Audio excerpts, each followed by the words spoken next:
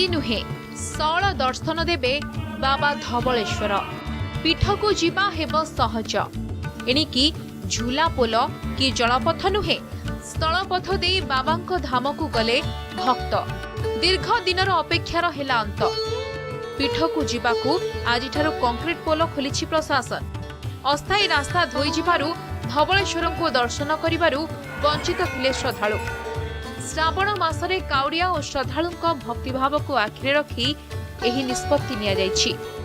पोलटी संपूर्ण हेबा परे एहा शुभारंभ करा जाई गाड़ी चलाचल पई अनुमति प्रदान करा जिवो। प्रशासन रो निष्पत्ति को पूजक समिति पक्षरु स्वागत करा जायछि। आज बाबा धवलेश्वर को मंचेश्वर पटरू बाबा धवलेश्वर पीठ को कंक्रीट सेतु निर्माण कराई भक्त जनसाधारण श्रद्धालु भक्त माने बाबा धवलेश्वर को दर्शन करेंगे। बहुत गुड़ा खुशी दिन। अस्थायी रास्ता तैयारी होता तो जो सेटा भी बंद हो गला। लोक मानकर जीवा आसिया 10-15 दिन है पूरा बंद थिला। एबे राज्य सरकार तरफ नुआ पोलर व्यवस्था होती भक्त माने बहुत सुविधार सह जीवे आ भगवान को दर्शन करके आसबे।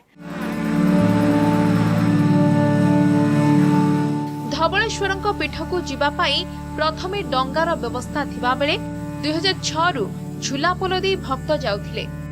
कार्तिक पंचुक ठारू झूलापोल दुर्बल घोषणा करी संपूर्ण बंद कर देथिला प्रशासन।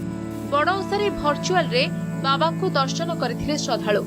जनवरी मास 11 रु महानदी मध्यरे अस्थायी माटी रास्ता दे पीठ को श्रद्धालु माने आसुथिबा बेले जून 30 तारिख रे ए रास्ता धोई जाइथिला। एबे मंचेश्वर पटु बिजु सेतु योजना रे निर्माण होइतिबा पोल खोला जाइछि। बर्तमान जो राज्य सरकार कले नुआ पोल कले लोक सुख सुविधा है जो मैंने सुविधा जापारे आसीपारे और झूला पुलर भय रही फल बहुत श्रद्धालु बाहर जो मैंने कटक पाख लोक जी भी आसुँच सुख सुविधा जा आसीपारे। मोर मोर अशेष धन्यवाद राज्य सरकार ये जिनसटी सुविधा लोक कर। एबे धवलेश्वर पीठरे बाबा को दर्शन करिबा पाई रहिबो नाही अंकुश कि भय। धवलेश्वर विभिन्न पर्वपर्वाणी रे भयमुक्त दर्शन करिवे भक्त।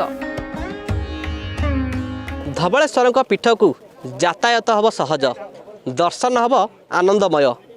ना थिबो आ डंगार भय ना रहिबो झूलापोलर भय। भक्त एवं भगवान मध्य संपर्कर सेतु पलटिबो एही कंक्रीट पोल। धवलेश्वर पीठरू मनोरंजन महांती, नंदीघोष टीवी।